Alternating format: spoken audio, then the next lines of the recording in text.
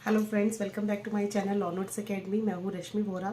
आज मैं आपको सुप्रीम कोर्ट के कुछ इम्पोर्टेंट जजमेंट बता रही हूँ जिसमें केस लॉज दिए गए हैं जो कि basic structure of the constitution से रिलेटेड है। ठीक है, और इम्पॉर्टेंट जजमेंट्स हैं ये केस लॉज की। तो आज मैं आपको इनकी स्लाइड्स दिखा रही हूँ पीपीटी के थ्रू, फंडामेंटल राइट्स और basic structure of Indian constitution के ऊपर सुप्रीम कोर्ट की most important judgments and case laws के थ्रू। चलिए बढ़ते हैं अपने वीडियो की तरफ। सबसे पहला केस जो आया था 1950 में ए के गोपालन का केस आया था। इसकी रेलिवेंस क्या थी इस केस में? इसमें सुप्रीम कोर्ट ने क्या कहा था कि इसका कंटेंट जो है उसमें कंटेंट किया था सुप्रीम कोर्ट ने कि इसके अंदर कोई वायलेशन नहीं हुई है फंडामेंटल राइट्स की, जो कि एंश्राइन की गई, यानी कि जो है आर्टिकल 13, 19, 21 और 22 के अंदर जो है, जिसमें कि under the provisions of preventive detention act के से रिलेटेड जो इसके अंदर प्रोविजंस दिए गए हैं। तो इसमें कहा था कि if the detention was as per the procedure established by law, कि अगर डिटेंशन जो हुई है अगर वो प्रोसीजर बाय लॉ हुई है तो उसमें इनका कोई फंडामेंटल राइट्स का कोई वायलेशन नहीं हुआ है। तो here the supreme court took a narrow view of article 21। इसमें सुप्रीम कोर्ट ने नैरो बहुत छोटा व्यू दिया था एक आर्टिकल 21 से रिलेटेड। तो ए के गोपालन का केस जो है 1950 में आया था और ये सारे इंपॉर्टेंट केसेस हैं सुप्रीम कोर्ट के द्वारा दिए गए जो कि बेसिक स्ट्रक्चर ऑफ कॉन्स्टिट्यूशन और फंडामेंटल राइट से रिलेटेड है। तो एग्जाम्स में क्वेश्चन में पूछे जाते हैं कि ये केस किस से रिलेटेड था। जुडिशरी में भी पूछा जाता है और लॉ के एग्जाम्स में तो पूछे ही जाते हैं, और उसमें AIBE ऑल इंडिया बार एग्जाम में भी ये क्वेश्चन आते हैं, कई बार पूछे जाते हैं कि ये केस की रेलिवेंस क्या है, क्यों आया था, ये कब आया था केस। तो आपको ईयर वाइज लर्न करने हैं। ठीक है, कौन सा केस कौन से ईयर में आया था, सुप्रीम कोर्ट ने क्या जजमेंट दी थी, उसके अंदर आपसे ऑप्शंस के थ्रू पूछे जा सकते हैं या जजमेंट पूछेंगे, ये वाली जजमेंट कौन से केस लॉ के थ्रू और कौन से ईयर में आई थी। तो आपको ये केस वाइज उसका ईयर और उसके अंदर क्या इंपॉर्टेंट जजमेंट थी इसके हिसाब से आपको लर्न करने हैं। आप लिखना चाहते हैं तो आप बेशक लिख सकते हैं, अपने नोटबुक्स में नोट डाउन करते रहिए। ठीक है, नेक्स्ट केस जो आया था वो था रमेश थापर का केस 1950 में आया था ये भी। तो इस केस के अंदर रेलिवेंस क्या थी इसकी? इसमें सुप्रीम कोर्ट ने बोला था कि freedom of speech and expression जो है उसमें इंक्लूड होगी freedom of propagation of ideas में, यानी कि उसके अंदर आप अपने आइडियाज को भी फ्रीडम से बोल सकते हैं। That can only be ensured by circulation. ऐसे आइडियाज होने चाहिए, यानी कि लीगल होने चाहिए या एक तरह से राइट होने चाहिए, कोई किसी चीज का उसमें वायलेशन नहीं होना चाहिए आपकी स्पीच एंड एक्सप्रेशन के अंदर। अगर आप कुछ बोलना चाह रहे हैं, आपको आजादी है, पूरी बोलने की, एक्सप्रेशन की आजादी है, लेकिन उसका कोई गलत मीनिंग नहीं होना चाहिए, कोई किसी चीज का वायलेशन नहीं होना चाहिए, किसी के राइट्स का वायलेशन नहीं होना चाहिए उसके अंदर। ठीक है, तो ये freedom of speech and expression को इंक्लूड किया गया था। प्रोपोगेशन को of ideas that can only be ensured by circulation से आप एंश्योर कर सकते हैं कि आइडियाज सही हैं आपके। ठीक है, तो वही सिर्फ फ्रीडम है आपको स्पीच एंड एक्सप्रेशन की। तो ये रमेश थापर के केस से आया था 1950 में। नेक्स्ट केस की तरफ चलते हैं। ये केस था शंकरी प्रसाद का केस 1951 में जो आया था। इसमें बोला था कि ये केस डील करता है अमेंडेबिलिटी ऑफ फंडामेंटल राइट से, यानी कि फंडामेंटल राइट को आप अमेंड किया जा सकता है कि नहीं। तो फर्स्ट अमेंडमेंट की वैलिडिटी को इसमें चैलेंज किया गया था एंड सुप्रीम कोर्ट ने कंटेंट किया था इसमें that the parliament's power to amend under article 368, कि भी पार्लियामेंट की जो पावर होगी वो अमेंड करने की वो आर्टिकल 368 में होगी, और ये इंक्लूड करेगा the power to amend the fundamental rights guaranteed in part 3 of the constitution, यानी कि ये फंडामेंटल राइट्स को भी अमेंड कर सकते हैं अगर जरूरत पड़े तो कॉन्स्टिट्यूशन के अंदर जो पार्ट 3 में दिए गए हैं। तो ये 368 का जो आया था आर्टिकल डला था अमेंडमेंट ऑफ फंडामेंटल राइट्स से रिलेटेड, तो ये आया था शंकरी प्रसाद के केस से 1951 में। नेक्स्ट केस है हमारा बेरूबेरी यूनियन केस। बहुत इंपॉर्टेंट केस है, 1960 में आया था। और इस केस के अंदर क्या हुआ था, ये था पार्लियामेंट की पावर थी to transfer the territory of Berubari to Pakistan, यानी कि ट्रांसफर की गई थी इसमें टेरिटरी ऑफ बेरूबाई की पाकिस्तान के अंदर। इसमें सुप्रीम कोर्ट ने एग्जामिन किया था आर्टिकल 3 को डिटेल में एंड हेल्ड दैट कि parliament can not make laws under this article in order to execute the Nehru Noon agreement, यानी कि नेहरू नून एग्रीमेंट को एग्जीक्यूट करने की जो पावर है आर्टिकल में इन ऑर्डर टू एग्जीक्यूट, वो पार्लियामेंट नहीं बना सकती उससे रिलेटेड लॉज को। तो इसमें ये कहा था hence the 9th amendment act was passed to enforce the agreement, इसलिए उस एग्रीमेंट को एनफोर्स करने के लिए, कानून लागू करने के लिए 9th अमेंडमेंट जो थी वो लाई गई थी। ठीक है, तो पार्लियामेंट की पावर के बारे में इसने बताया था कि आप ट्रांसफर ऐसे नहीं कर सकते हो। आर्टिकल 3 को डिटेल में एक्सप्लेन किया था, इसको बेरूबेरी यूनियन केस 1960 के अंदर आया था। आपको इन सभी केसेस को अगर आपने पूरी डिटेल में देखना हो क्या है केस से रिलेटेड, तो आप गूगल पे सर्च कर सकते हैं केस के अंदर बेरूबेरी केस या किसी भी केस का नाम और ईयर लिख के, तो उसमें आपको सारी डिटेल्स मिल जाएंगी गूगल पे डिटेल। ये एक शॉर्ट व्यू होता है एग्जाम पर्पस के लिए, जो मैं आपको केस लॉज इंपॉर्टेंट बता रही हूँ कि आप एग्जाम में सिर्फ केस लॉ का नाम भी लिखेंगे ना किसी भी क्वेश्चन में जहां इनकी जरूरत होगी इन केस लॉज की, तो you will get very good marks. ठीक है, आपको बहुत अच्छे मार्क्स मिलेंगे। एग्जामिनर ये देखता है कि इन्होंने केस लॉज लिखे हैं, अगर उसकी साइटेशन याद है आपको पूरी की पूरी तो ठीक है, नहीं तो ईयर लिख दीजिए सिर्फ कि ये केस इस चीज से रिलेटेड है। ठीक है, तो ये रेलिवेंस इसीलिए लिखा है, सुप्रीम कोर्ट की सारी जजमेंट कौन से आर्टिकल से रिलेटेड कौन सी है। तो आप इस हिसाब से इसको अपने नोट डाउन करते रहेंगे और लर्न करेंगे एग्जाम पर्पस के लिए, तो will get very good marks. Next case की तरफ बढ़ते हैं अपने। ये केस था गोलकनाथ का केस, जो जिसको AK गोपालन केस को बोलते हैं, 1967 में आया था। इस केस के अंदर क्या हुआ था, इसमें क्वेश्चन था कि वेदर अमेंडमेंट जो है लॉ की and whether fundamental rights can be amended और नॉट। इसमें यह देखा गया था कि फंडामेंटल राइट्स को अमेंड किया जा सकता है या नहीं किया जा सकता। तो सुप्रीम कोर्ट ने इसमें कंटेंट किया था कि फंडामेंटल राइट्स जो है वो are not amendable, fundamental rights को आप अमेंड नहीं कर सकते to the parliamentary restriction as stated in article 13 के अंदर, जैसा कि लिखा गया है पार्लियामेंट नहीं कर सकती, and that to amend the fundamental rights a new constituent assembly would be required. अगर आपने अमेंड करना भी है फंडामेंटल राइट्स को, तो उसके लिए एक कॉन्स्टिट्यूएंट असेंबली को आपको बनाना पड़ेगा, एक नई असेंबली बनानी पड़ेगी। Also stated that article 368 gives the procedure, 368 जो है वो प्रोसीजर देता है कि आप अमेंड कैसे कर सकते हो कॉन्स्टिट्यूशन को, but not confer on parliament the power to amend the constitution. लेकिन आप पूरे कॉन्स्टिट्यूशन को पूरे को अमेंड नहीं कर सकते, इस चीज की पावर आपको नहीं दी जाती है। पार्लियामेंट के पास पावर नहीं है कि आप कॉन्स्टिट्यूशन को अमेंड कर सके, ना ही बेसिक स्ट्रक्चर को कर सकते हैं। ये आपको अगले केस में बताऊंगी कि इसमें बेसिक स्ट्रक्चर का से रिलेटेड केस कौन सा है। ठीक है, तो चलिए अपने नेक्स्ट केस की तरफ बढ़ते हैं। ये है केशवानंद भारती केस, जो सबसे मोस्ट फेमस केस था। इसके बारे में एग्जाम में भी पूछा जाता है। ये 1973 में ये केस आया था। ठीक है, तो इस केस के अंदर क्या हुआ था, इसमें जजमेंट डिफाइन की गई थी basic structure of the constitution. अगर कभी भी आपसे पूछा जाता है basic structure of the constitution से रिलेटेड मोस्ट इंपॉर्टेंट केस कौन सा है, then you can easily say that Kesavananda Bharati case in 1973 is the most important and relevant case with the basic structure of the constitution. ठीक है, कि इसमें ये बोला था सुप्रीम कोर्ट ने कि जो held that although no part of the constitution including fundamental right was beyond the parliament's amending power, यानी कि ऐसी कोई पार्ट नहीं है जो कॉन्स्टिट्यूशन की या इंक्लूडिंग फंडामेंटल राइट्स और कॉन्स्टिट्यूशन को अमेंड करने की पावर उसको नहीं दी गई पार्लियामेंट को, ऐसी कोई चीज नहीं है। लेकिन बेसिक स्ट्रक्चर जो है कॉन्स्टिट्यूशन का वो can not be abrogated even bye a constitutional amendment, यानी कि आप कॉन्स्टिट्यूशनल अमेंडमेंट के थ्रू भी कॉन्स्टिट्यूशन का बेसिक स्ट्रक्चर आप फिर भी चेंज नहीं कर सकते। जो बेसिक स्ट्रक्चर बना हुआ है जिस ढंग से, उसको कहते हैं स्ट्रक्चर। जिस ढंग से बना हुआ है, जिस जैसे पार्ट्स में डिवाइड हो रखा है, आप उसको चेंज नहीं कर सकते। कोई नई अमेंडमेंट ला सकते हो, कोई चीज ऐड करनी है कर सकते हैं। उसके अंदर बहुत सारी अमेंडमेंट्स हुई भी हैं।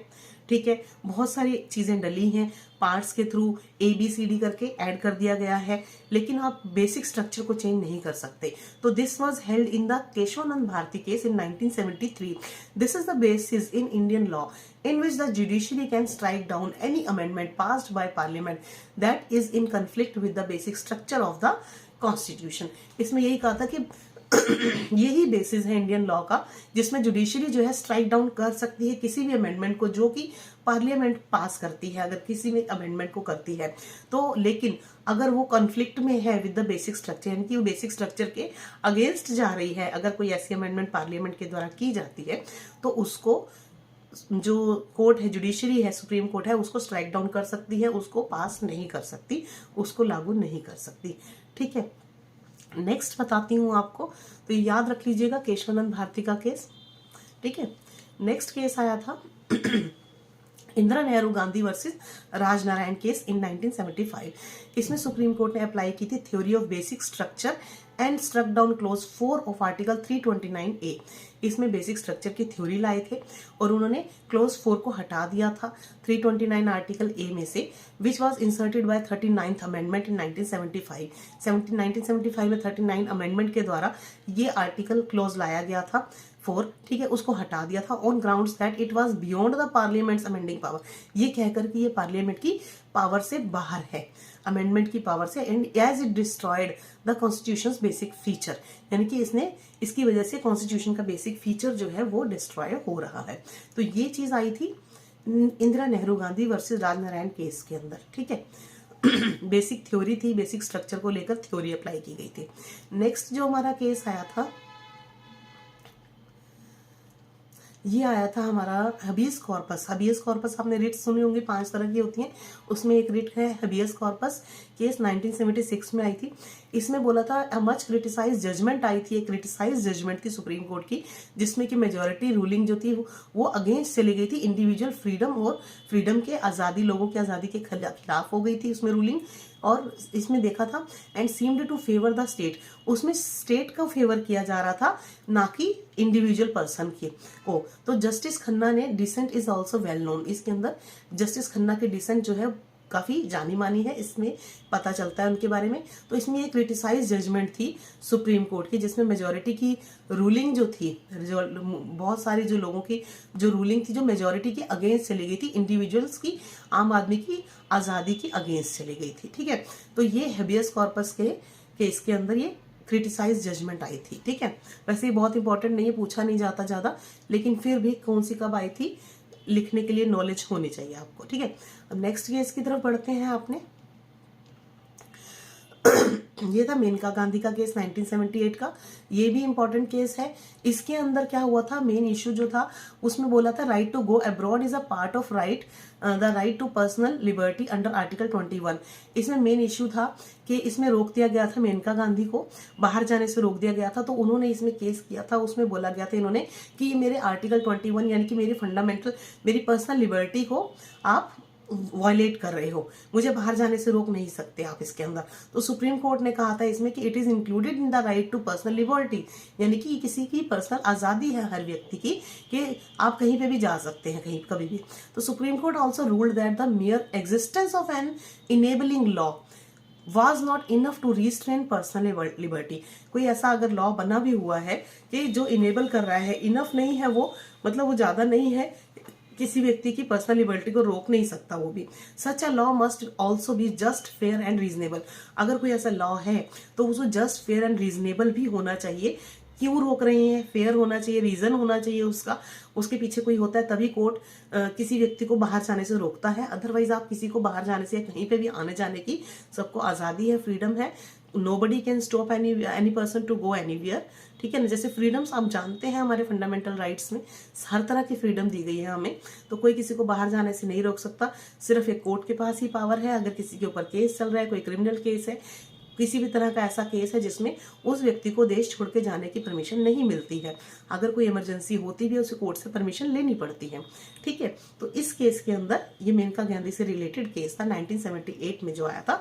It is very important case related to article 21 fundamental rights, okay, personal liberty से रिलेटेड। तो नेक्स्ट केस की तरफ बढ़ते हैं। ये केस था मिनर्वा मिल्स का केस, 1980 में आया था। ये भी इंपॉर्टेंट केस है। इस केस के अंदर अगेन स्ट्रेंथन किया था बेसिक स्ट्रक्चर डॉक्ट्रिन को, यानी कि मजबूती दिखाई गई थी बेसिक स्ट्रक्चर जो हमारे फंडामेंटल कॉन्स्टिट्यूशन का है। इसमें जजमेंट जो थी स्ट्रक डाउन कर दी थी, 2 चेंजेस को हटा दिया था जजमेंट के थ्रू, जो कि कॉन्स्टिट्यूशन में बनाई थी 42nd अमेंडमेंट के थ्रू, एक्ट के थ्रू 1976 में। उसमें डिक्लेयर किया था them to be violative of the basic structure. वो ऐसी थी जो कि 2 जजमेंट्स थी जो बेसिक स्ट्रक्चर के अगेंस्ट थी, वायलेट कर रही थी उसको, और जजमेंट ने makes it clear that the constitution and not the parliament is supreme. उसमें सुप्रीम कोर्ट ने ये कहा था कि कॉन्स्टिट्यूशन बड़ा है पार्लियामेंट से ज्यादा, पार्लियामेंट सुप्रीम नहीं है, कॉन्स्टिट्यूशन सुप्रीम है। तो कॉन्स्टिट्यूशन के आगे पार्लियामेंट छोटा है, ठीक है। तो इसलिए कॉन्स्टिट्यूशन के आगे आप किसी चीज को वायलेट नहीं कर सकते, कॉन्स्टिट्यूशन के अंदर जो भी बातें लिखी गई हैं, ठीक है। तो ये मिनर्वा मिल्स का केस 1980 में आया था। ये भी बेसिक स्ट्रक्चर से रिलेटेड केस था 42nd अमेंडमेंट के थ्रू, ठीक है। नेक्स्ट केस मैं आपको बता रही हूँ वमन राव केस 1981 में आया था। इसमें भी सुप्रीम कोर्ट ने रिएटरेट किया था बेसिक स्ट्रक्चर डॉक्ट्रिन को। इसमें भी बोला था it also drew a line of demarcation as April 24 को 1973 में जो आया था, जो केशवानंद भारती का केस था, जजमेंट थी। एंड इसमें बोला था it held that it should be not be applied retrospectively, applied नहीं होना चाहिए, उल्टा अप्लाई नहीं किया जाना चाहिए, to reopen the validity of any amendment, किसी भी अमेंडमेंट को रीओपन करने के लिए, ठीक है, देखने के लिए कि वो वैलिड है कि नहीं, to the constitution which took place prior to that date. उस डेट से पहले अगर कोई अमेंडमेंट हो गई है तो आप उसको रीओपन नहीं कर सकते हो, ये देखने के लिए कि वो वैलिड है या नहीं है, ठीक है। तो ये इसीलिए रीइटरेट कर दिया था बेसिक स्ट्रक्चर डॉक्ट्रिन को सुप्रीम कोर्ट ने, ठीक है। तो ये आया इससे रिलेटेड वमन राव का केस था कि आप वापस आप वैलिडिटी चेक करने के लिए किसी चीज को दोबारा से रीओपन नहीं कर सकते ऐसे, ठीक है। तो इसके बाद नेक्स्ट केस जो था शाहबानो बेगम केस 1985 में आया था। ये भी बहुत इंपॉर्टेंट केस था, milestone case for muslim women's की फाइट। ये मुस्लिम वुमेन थी शाहबानो बेगम, इन्होंने लड़ाई लड़ी थी अपने हक के लिए, अपने राइट्स के लिए। तो इसमें सुप्रीम कोर्ट ने हेल्ड किए थे rights to alimony for a muslim women and said that the code of criminal procedure 1973 is applicable to all citizen.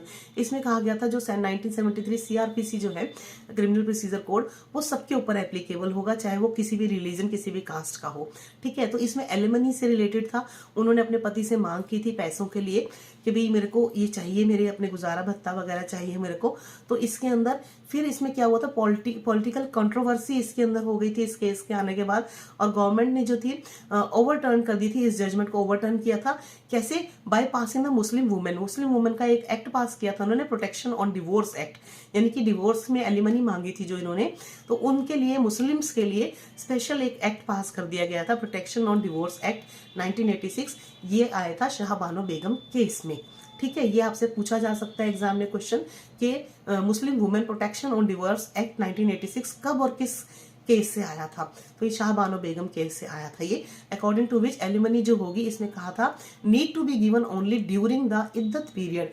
ये इद्दत पीरियड जो लेडीज का होता है उसी टाइम पे मुस्लिम में जो एलिमनी दी जाएगी, जो दहेज का डिवोर्स का जो पैसा दिया जाता है डिवोर्स के बाद सारा, वो सारा इद्दत पीरियड में ही दिया जाएगा, in tune with the Muslim personal law के अकॉर्डिंग, ठीक है। तो ये इनके फंडामेंटल राइट्स और इससे रिलेटेड थी सारी की सारी, एलिमनी और डिवोर्स से रिलेटेड केस था, ठीक है। तो ये शाहबानो बेगम का 1985 में आया था। अब मैं आपको MC Mehta and union of India का केस बताती हूँ, 1986 में आया था।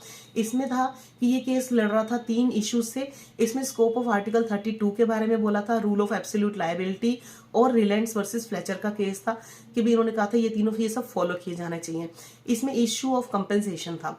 तो इसमें सुप्रीम कोर्ट ने बोला था कि that its power under article 32 is not restricted to preventive measures. भाई सुप्रीम कोर्ट की पावर सिर्फ आर्टिकल 32 तक, सिर्फ प्रिवेंटिव मेजर्स तक रिस्ट्रिक्टेड नहीं है, बंधी हुई नहीं है, बट ऑल्सो रेमेडियल पावर भी दी गई है, जो कि which when rights are violated, अगर किसी के राइट्स वायलेट होते हैं तो ये रेमेडी भी देती है साथ में, इसे रेस्ट्रिक्ट नहीं करते, इसको रोक के बांध नहीं दिया हुआ इसकी वजह से, ठीक है, प्रिवेंटिव मेजर्स की वजह से, बल्कि ये रेमेडी भी देते हैं। It also held that in the case of industries against the inhazardous and inherently dangerous activities जो करती हैं, यानी कि जो भी इंडस्ट्री से रिलेटेड, जो एमसी मेहता के केसेस हैं वो ज्यादातर एनवायरमेंट से रिलेटेड केसेस हैं।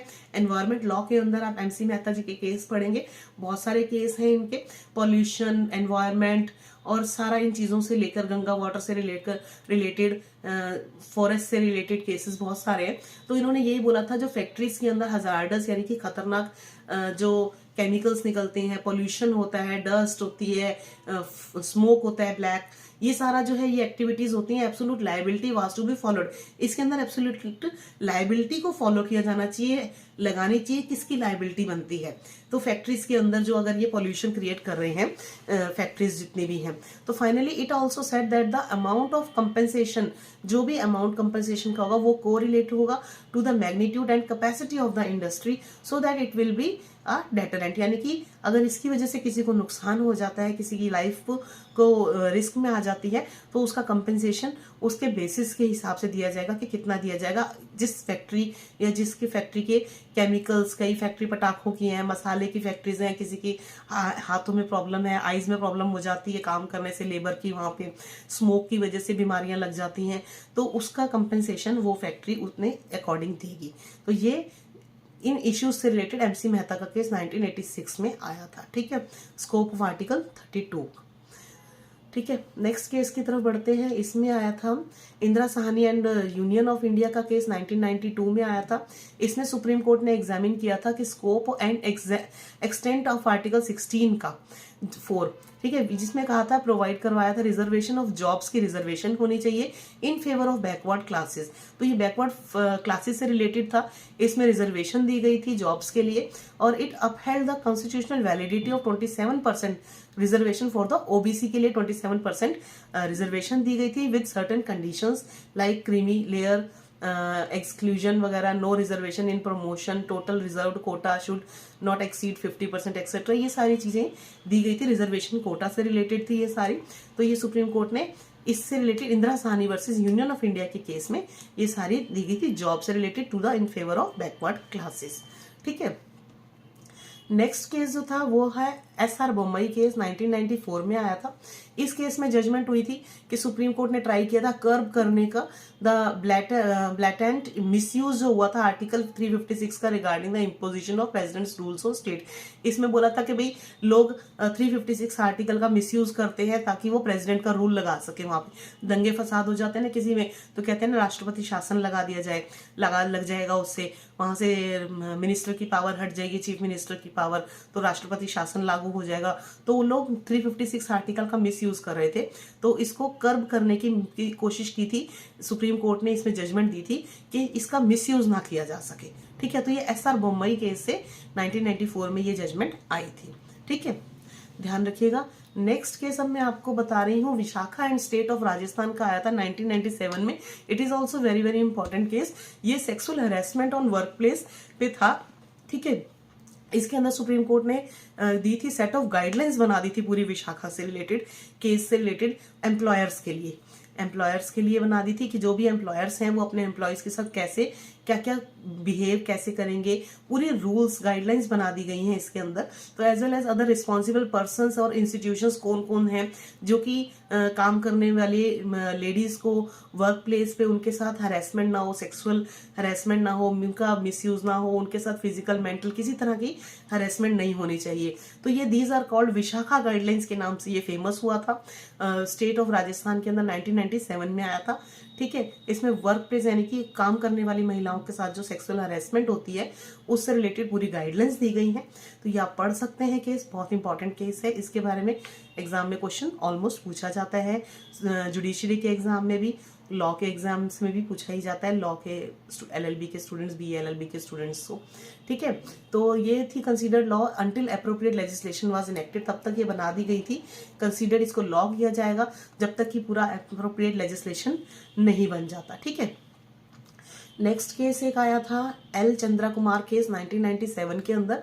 इसमें भी सुप्रीम कोर्ट ने पावर दी थी, बोला था कि पावर ऑफ जुडिशियल रिव्यू की जो है वो सुप्रीम कोर्ट के पास है सिर्फ, एंड हाई कोर्ट के पास है। अब आर्टिकल 32 आपको पता ही होगा, राइट टू कॉन्स्टिट्यूशनल रेमेडीज है, और 226 रेस्पेक्टिवली इन पार्ट ऑफ, मतलब आर्टिकल 32 जो है सुप्रीम कोर्ट के पास पावर है, और जो आर्टिकल 226 है वो हाई कोर्ट के पास है।